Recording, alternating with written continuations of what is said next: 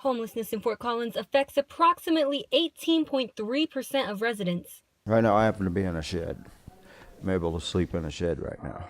And Fort Collins Mennonite Fellowship Church wants to do their part to help alleviate the burden through the implementation of a locker program. These would be lockers for people who are currently experiencing homelessness. Steve Raymer, head pastor of the church, intends to build lockers that will be located at the back of the property in hopes of helping those experiencing homelessness keep their possessions safe. I don't know how many times, like on Friday nights or Sunday mornings, people are asking me, oh, do you have any backpacks? Because mine was stolen. And is asking the city for a $10,500 grant to fund the 20 locker pilot program.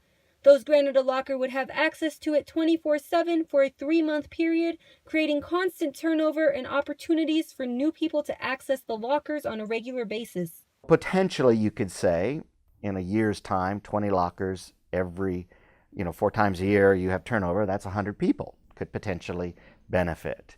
Raymer insists the project is not only valuable, but critical. All the things that you need to get a license, that you need to get a job, a lot of these things people are losing. Plus, they're losing those things that they're pictures of their children. And funds will be provided to an employee to oversee the program, as well as decide who will receive a locker. I was going to be writing up some interview questions, asking them if they need a locker, how it would help them. However, the project has stirred a concern for safety within the Fort Collins community. Concerns that were raised by the community were basically that, in part, the security that the church had suggested, a 24-hour security camera, for example, was not enough to really mitigate their concerns. A concern Raymer is well aware of.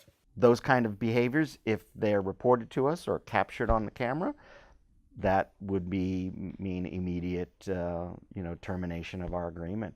The 2x2 lockers will be put into place along this wall, allowing for those experiencing homelessness the opportunity to store their possessions. City Council is meeting tonight to discuss this proposal and decide whether or not to provide the fundings to keep the project moving forward.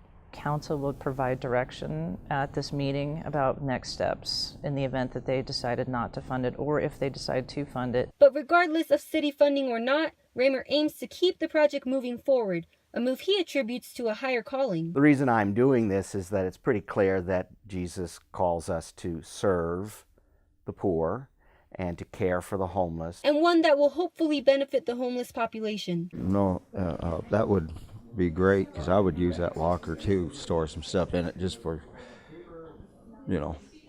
just in case. You never know when you have to leave the area that you're at. Anyway, 'cause things go on in life, so.